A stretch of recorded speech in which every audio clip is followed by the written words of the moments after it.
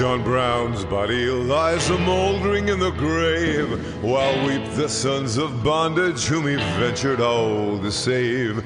But though he sleeps, his life was lost while struggling for the slave. His soul is marching on. Welcome to War of the Rebellion, Stories of the Civil War. I'm your host, Leon, and this is a reading of the regimental history under the Maltese Cross, Antietam to Appomattox, the Loyal Uprising in western Pennsylvania. 1861 to 1865, campaign's 155th Pennsylvania Regiment. Narrated by the rank and file. This is part 2 of chapter 15, Hatcher's Run, Weldon Railroad Raid. And we are picking up right where we left off. The Weldon Railroad Raid. On the 6th of December, 1864, the 5th Corps, including the 155th, broke camp and massed in the rear near the Jerusalem Plank Road, with the division of the 2nd Corps and Gregg's division of cavalry, comprising in all about 20,000 men, with 22 pieces of artillery. The massing of these troops on the Jerusalem Plank Road dispelled the idea of another flank movement to the left. The supplying of the troops with 4 days' rations, and the news that the supply trains carried additional supplies of rations for 8 days, as usual in such cases, caused much conjecture among the troops as to the destination of the impending movement. When, after a wet, disagreeable night, the troops started at daybreak southward on the Jerusalem Plank Road, and rumor became busy and word spread that the destination of this strong force was Wilmington, North Carolina, which town, the ingenious reporters asserted, was to be stormed by this expedition in the rear, whilst the United States Navy made a front attack. A march of about 15 miles brought the 5th Corps column near to Freeman's Bridge across the Nottoway River. Before reaching the bridge, the column filed to the right on a country road, crossing the Nottoway a mile above the bridge at a ford about 3 feet deep. The Union cavalry forded the stream, and the infantry crossed on pontoons without any delay, the entire force being on the south side of the river before dark. The 155th bivouacked about halfway between Sussex Courthouse and the Nottoway. Early on the morning of the 8th of December, 1864, the column passed through the former place, marching in a southwesterly direction towards the North Carolina state line. Late in the afternoon, the 155th, with the other troops, reached the Weldon Railroad, and immediately began tearing up the track, continuing the work of destruction until midnight. The rails were twisted from the ties, the latter piled up in square heaps and fires kindled, and the rails placed across the top.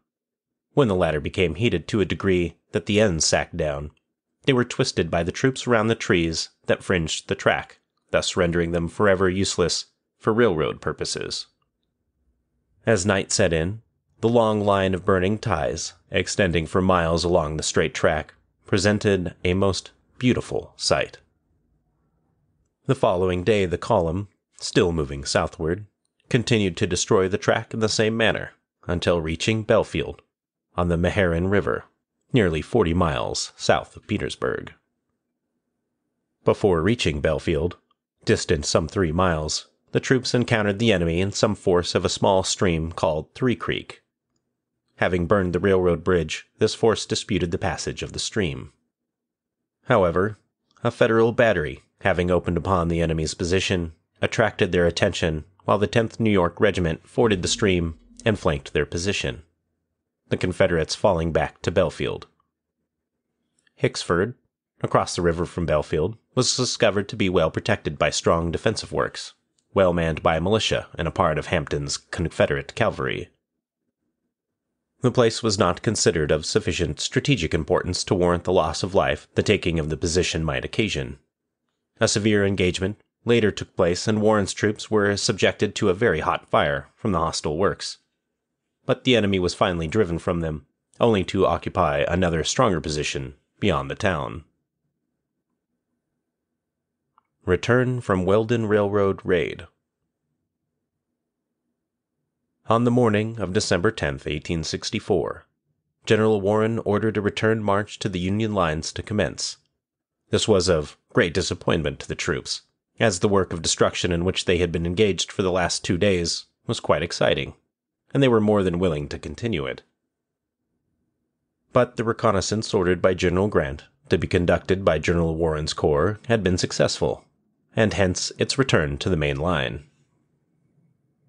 The Weldon Railroad had been destroyed by the Union cavalry in June previous, to a point 12 or 15 miles south of Petersburg, but the road was still used by the Confederates as far north as Stony Creek Station in conveying supplies to Lee's army, wagon trains being used to convey military stores across a comparatively level country to the South Side Railroad for reshipment to Petersburg.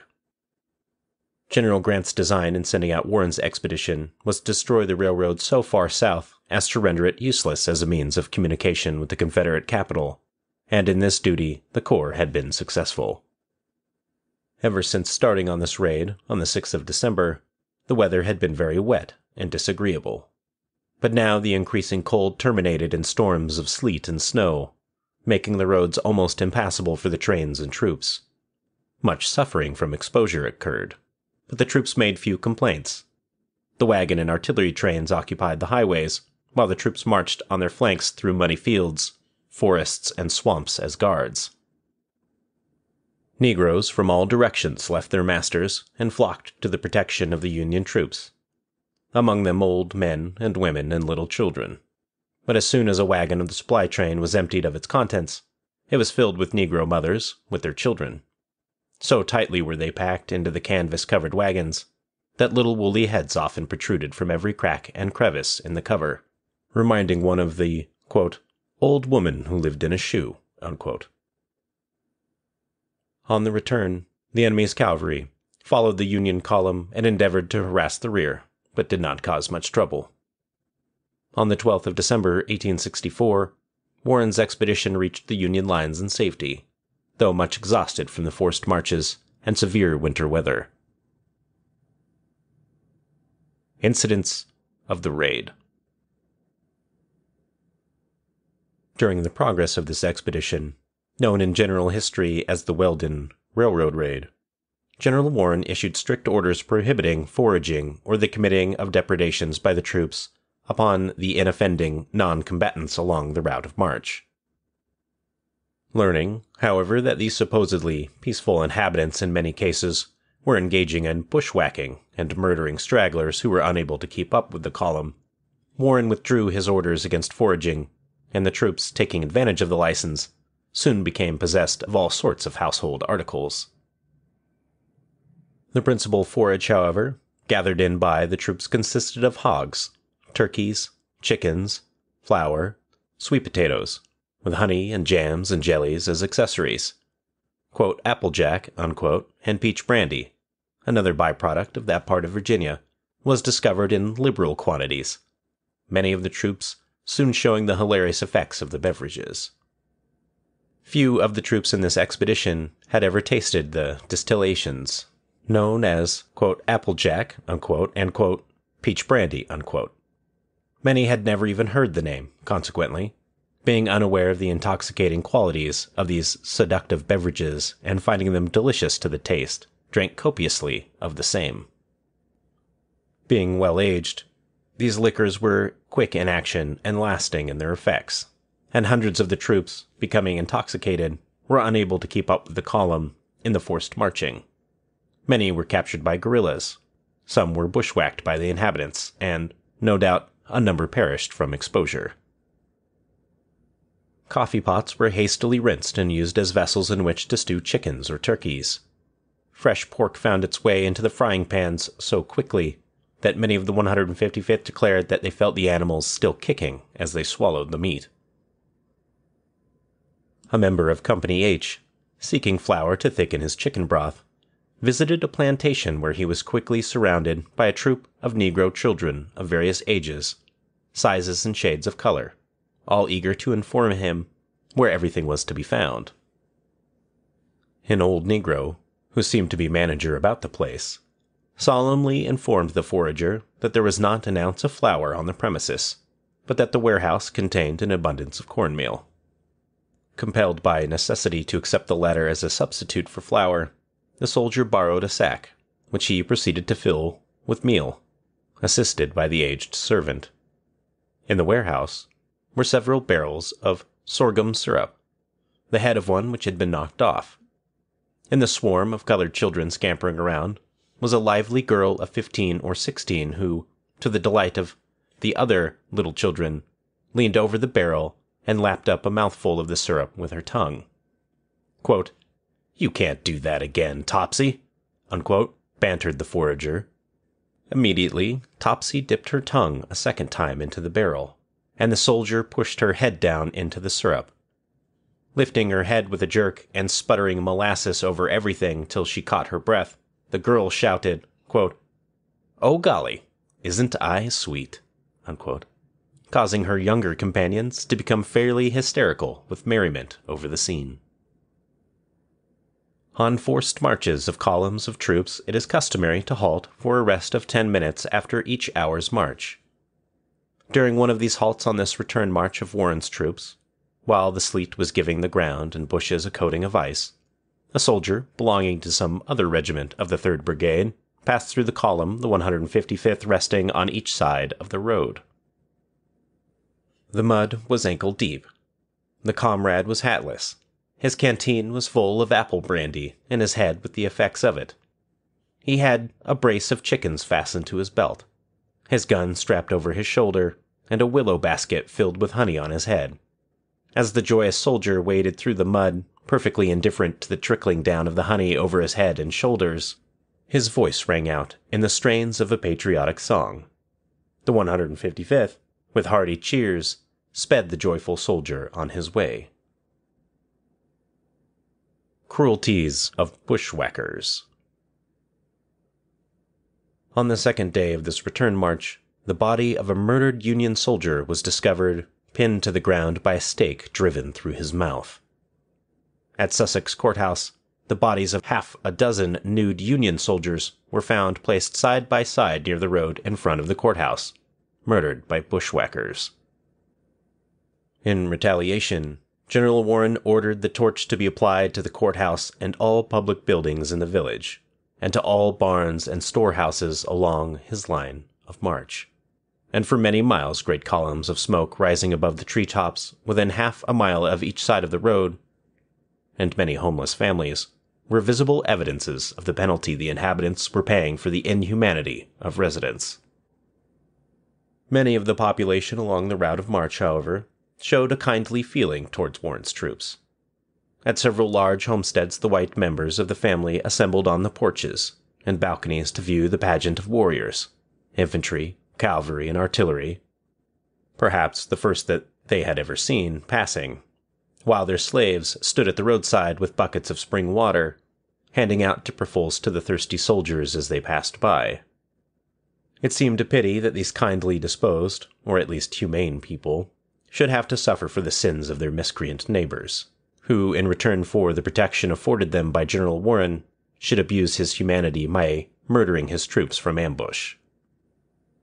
It was not a time for discrimination, however, and General Warren was perfectly justified by the laws of war in retaliating by permitting his troops to forage at will, and when these treacherous people resorted to the barbarous practice of murdering and mutilating their victims, he was fully justified in applying the torch to their property.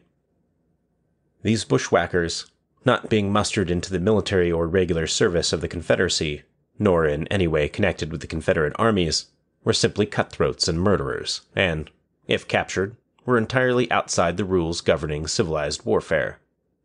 Their trial by a drumhead court-martial would have been speedily followed by the death penalty.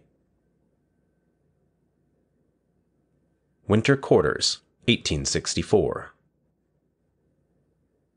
On reaching the Union lines in the rear of Petersburg on December 12th, after the Weldon Railroad raid, the 3rd Brigade filed off a short distance to the left of the Jerusalem Plank Road, and late in the afternoon went into camp. The night following was most dismal, the rain and sleet following continuously all night, rendering the bivouac of the troops most miserable. About the 15th of December, 1864, orders were received by the regiment to construct quarters, and the men, believing they were to spend the winter in this pleasant locality far in the rear of the firing line, proceeded to build quarters of the most elaborate and substantial character. By the 20th of the month, the 155th were housed in the most commodious and comfortable quarters they had ever occupied. The extra clothing which the regiment had packed up and sent to Washington for storage before breaking camp at Warrenton Junction the previous spring was now returned and distributed by the regimental quartermaster.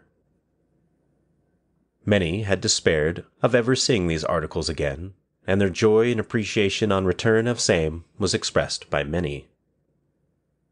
Contemporaneous with the movements of the Army of the Potomac during the previous autumn, General Sherman was advancing on his famous, quote, "march to the sea," unquote, the progress of which was watched by the regiment and all soldiers in the Army of the Potomac with deep interest, and every scrap of news reaching camp from the expedition was scanned with the greatest eagerness. The success of General Sherman in the fall of Savannah was announced to the Army of the Potomac in general orders, followed by a salute of 100 guns from the Union forts in front of Petersburg, causing great rejoicing and cheering among the troops. Christmas and New Year's. December 25th, 1864, Christmas Day, the United States Sanitary Commission, backed by the good people of the North, treated the Army of the Potomac to many delicacies. Many of the 155th thought the distribution of the good things should have commenced with the enlisted men and ended with the officers, instead of vice versa, as was the fact.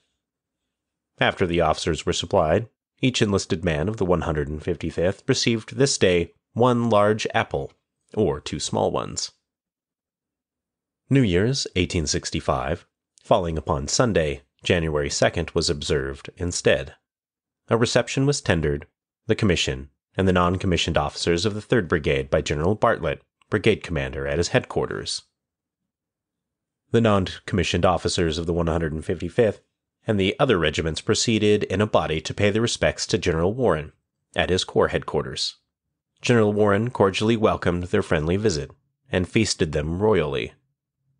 In the afternoon, the privates of the regiment, after enjoying well their feast of hardtack and 1 apple apiece, indulged in games of ball, boxing, wrestling matches, and other amusements.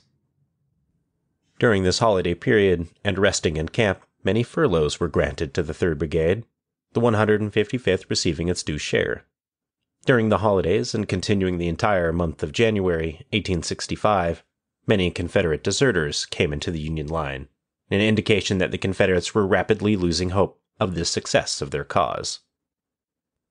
These deserters, coming in often in squads of 5 or 6, declared that Lee's army was almost on the verge of demoralization from starvation and exposure, and the ragged clothing and half-famished condition of these specimens strongly corroborated their assertions. Marching Orders. February 4th, 1864. Orders were received in the evening of this day to, quote, "pack up," unquote, and be ready to march at a moment's notice. Being in the middle of winter, the 155th could hardly believe that they were to leave their pleasant, comfortable winter quarters to begin a new campaign at that inclement season of the year. Hence the officers of the regiment advised leaving behind in camp all but absolutely necessary articles. The pickets of the regiment also remained behind on the posts near the old camp, and guards were left in the camp. Early in the morning of February 5th, General Bartlett's brigade, in which the 155th was serving, and Griffin's division, marched by way of the Weldon Railroad track south several miles, then to the southwest of Petersburg to Rowante Creek, the approaches to which were guarded by Confederate breastworks. The enemy, in small force at this point, was easily routed, leaving some prisoners in the hands of Bartlett's brigade. Crossing the stream, the 1st Division advanced in column to the Vaughan Road, some 6 miles distant. At this point an incident occurred which showed great bravery on the part of the enemy. General Warren, with his staff, in company with General Griffin, approached a squad of 20 or 30 Confederate cavalrymen. Guerrillas wearing Union uniforms inquired to what command they belonged. The Confederates answered by firing a volley, a bullet of which passed through General Warren's coat, thereby causing a hasty retreat by both generals and their staff. The 155th rested at this point for several hours. The night was cold, and the ground frozen hard, making sleep impossible. And the regiment was not sorry when orders came about midnight to resume the march towards the rear of the Confederate works at Hatcher's Run in a northerly direction. After a weary tramp of several miles in the darkness, the regiment bivouacked in the rear of the same Confederate works they had been facing on the previous movement in October 1864 in the vicinity of Hatcher's Run. The next day, the 6th of February, was quite cold and cheerless, and was spent by the regiment in transforming with pick and shovels the enemy's works, now evacuated, into Union defenses. Battle of Dabney's Mills. In the afternoon of the 6th of February, heavy firing in front and to the right of the 155th indicated that the 2nd and 3rd Divisions of the 5th Corps had become hotly engaged with the enemy. At about 3 p.m., Griffin's division, in line of battle, crossed the Confederate works and advanced in the midst of a severe artillery fire across a wide field to a woods in which the enemy were posted in strong force. While crossing this open space, the regiment met an aged colored man and a woman carrying a white child of 2 or 3 years. The old couple were badly frightened. Some of the troops shouted to them to seek refuge behind a large fallen tree, which the little group proceeded to do. After reaching the woods, a short halt was made, the troops hugging the earth to avoid the severe musketry and artillery fire being poured upon them.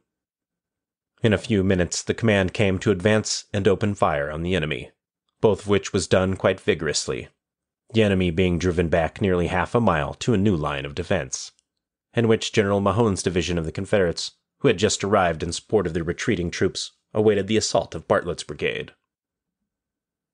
General Bartlett, not deeming it prudent nor necessary to risk the terrible fatalities which would probably ensue from a direct assault upon a foe superior in numbers, and brave to recklessness, and protected by strong earthworks, ordered the 155th and the other troops in the 3rd Brigade to fall back, which they did in good order.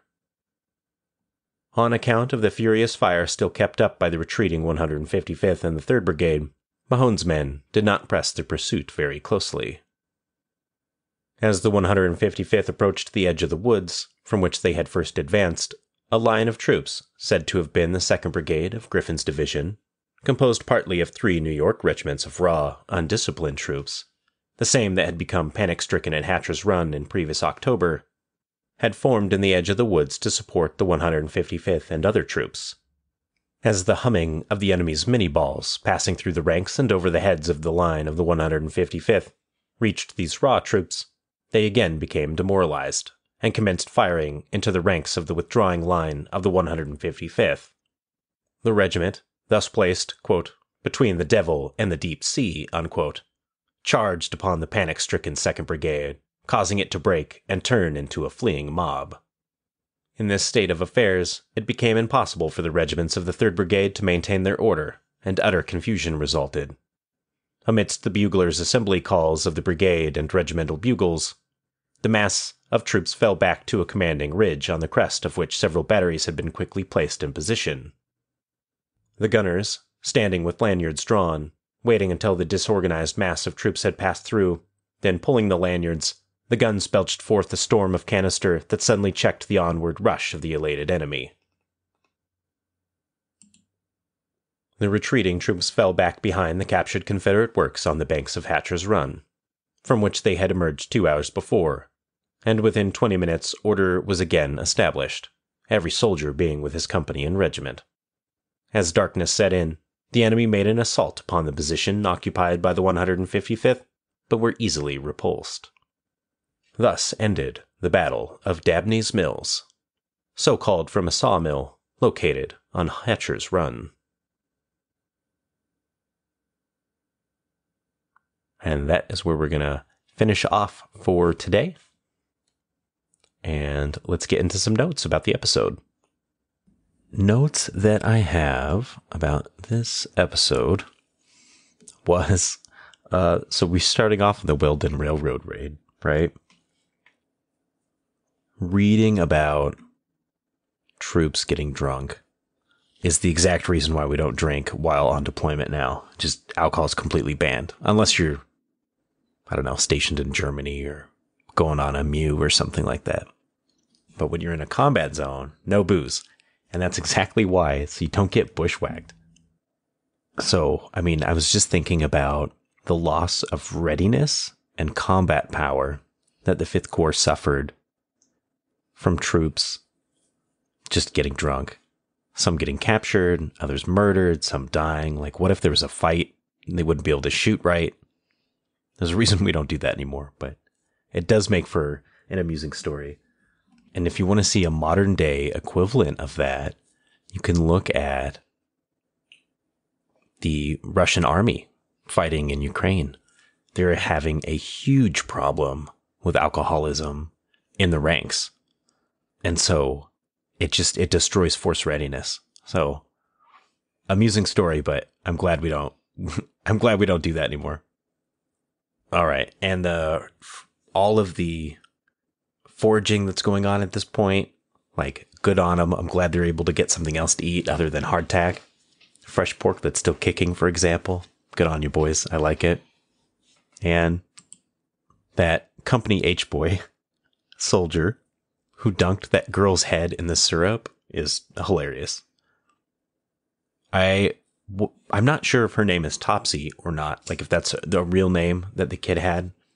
And the reason why I don't think so is there's a little girl in the book Uncle Tom's Cabin by Harriet Beecher Stowe that is called Topsy. So I'm wondering if he called her that, or, that kind of thing. So, but the phrase, "Oh golly, isn't I sweet?" Oh, that's perfect comedic timing. I hope that's a real story. I'm assuming it is, but gosh darn, that's hilarious. And I'd like to make a note here about General Warren giving orders to his troops to torch buildings in response to soldiers being killed by bushwhackers. He had every right to do that, and more if you wanted. And I'm in full agreement with the authors here. Killing U.S. troops while you're out of uniform gets you hanged and your chicken's taken. You started the war, and you reap the consequences of your actions. Like, this is war. You're playing by big boy rules now. So, as you read, especially if you read Confederate accounts from after the war and during the war, they get really salty about this. And I find it just like you're moaning about losing property while fighting to keep human beings as property. Just get out of here with that. And then it's actually kind of cool to get a little snippet of the troops following another army of the Union. So the fall of Atlanta and the 100-gun salute and all the cheering that went along with that. That must have been a really cool day for the troops there. And maybe like you can see a light at the end of the tunnel that's starting to form, I think that part is really good. All right, let's see.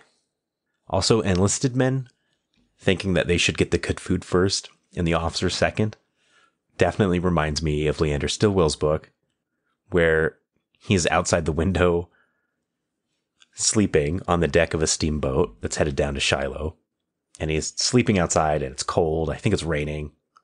And inside that window, and of course the smell wafting out towards him, are a whole bunch of Union officers with waiters serving them. There's all type, and he names off like all of the food that they're eating. But he just kind of like shrugs his shoulders and he's like, well, we can't all be officers. And this is still in that time, I think all the way up until right up through, I think, the First World War is where officers are really treated differently. And the type of nature of World War I is like, you can't really be all that different now. And I'd say it in modern times, at least when I was in the Marines, I only felt the time that the officers were treated better than us in a similar way to this was on Navy ships, because they had an officer's mess where they got to eat. Other than that, they were always suffering just like we were.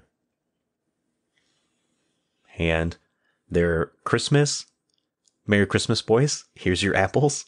And then New Year's, Happy New Year, here's your apple. That is hilarious. And then finally and at last, the Battle of Dabney's Mill, or Hatcher's Run, as it's, I think, more generally known and called. When those New Yorkers, that New York regiment showed back up, in the story, all I could think of was like, oh, here we go again. And the fact that the 155th charged their own side is hilarious. And that those troops also broke and ran instead of just like stepping aside is pretty great. So, but I am taking that phrase, between the devil and the deep sea, and I'm using that in lieu of out of the frying pan and into the fire. I like that. I like both, but between the devil and the deep sea, I like that.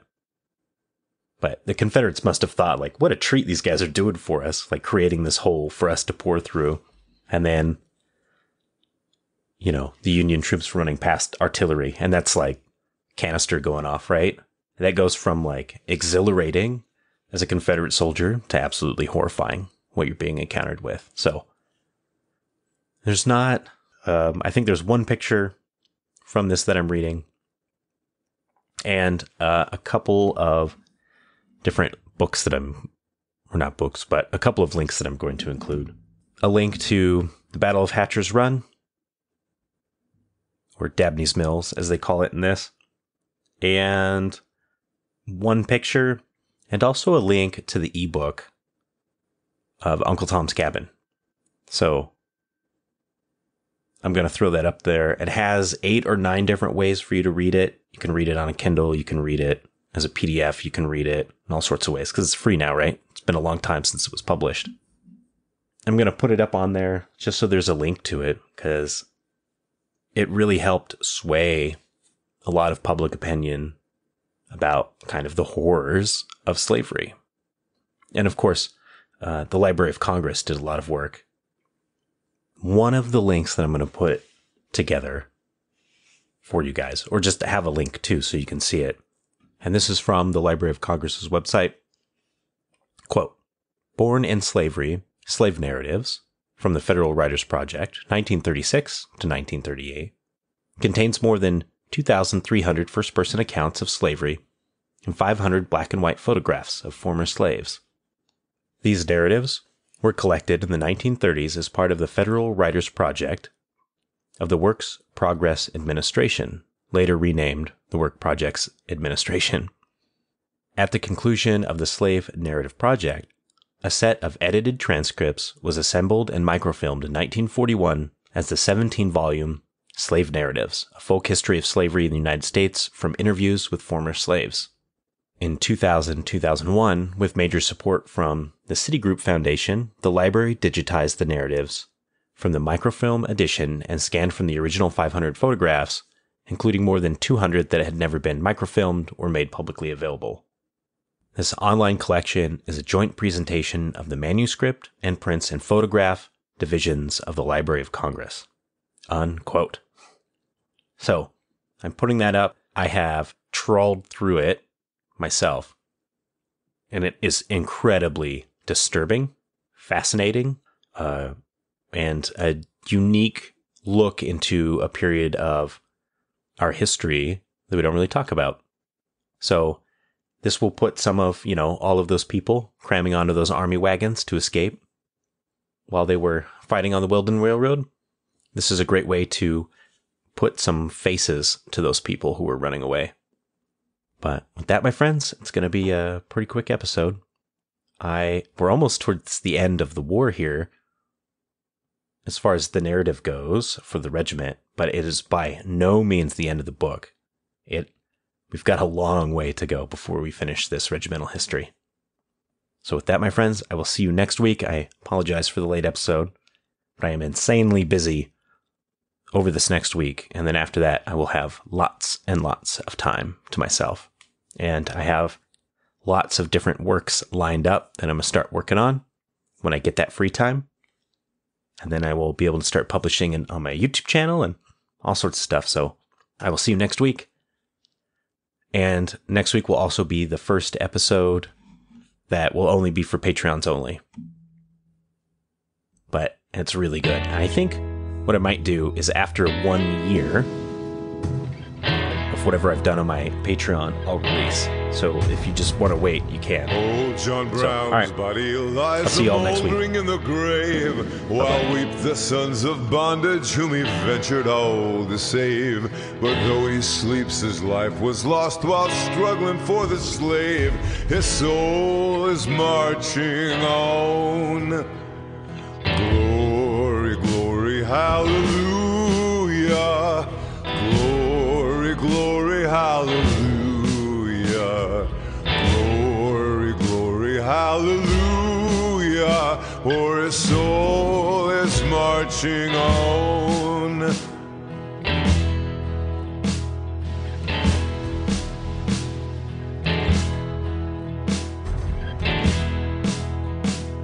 John Brown was a hero, undaunted, true, and brave. And Kansas knew his valor when he fought her rights to save. And now, though the grass grows green above his grave, his soul is marching on. Glory, glory, hallelujah. Glory, glory, hallelujah. Hallelujah, for his soul is marching on.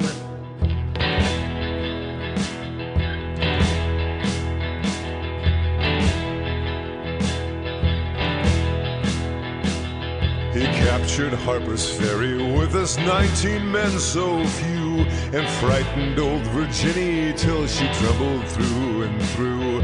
They hung him for a traitor, themselves a traitorous crew, but his soul is marching on. Glory, glory, hallelujah. Glory, glory, hallelujah. Glory, glory, hallelujah. For his soul is marching on.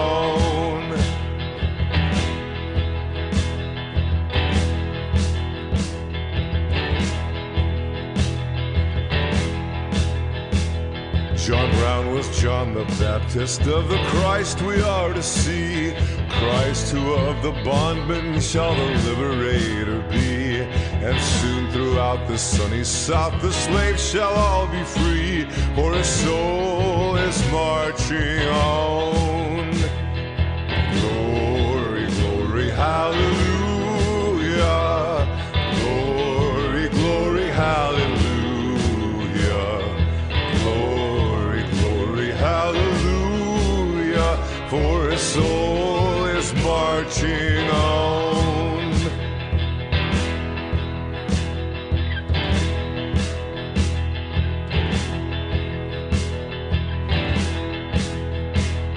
The conflict that he heralded, he looked from heaven to view on the army of the Union with its flag red, white, and blue. And heaven shall sing with anthems o'er the deed they mean to do, for his soul is marching on.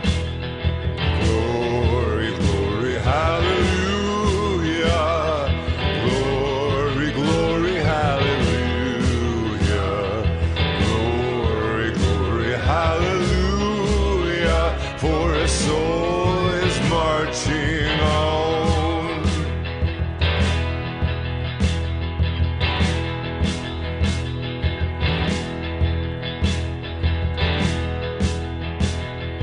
Soldiers of freedom, then strike while strike ye may, the death blow of oppression in a better time and way. The dawn of old John Brown has brightened into day, and his soul is marching on. Glory, glory, hallelujah. Glory, glory, hallelujah.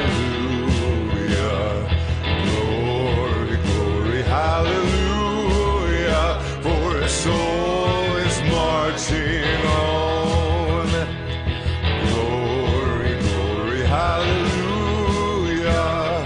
Glory, glory, hallelujah.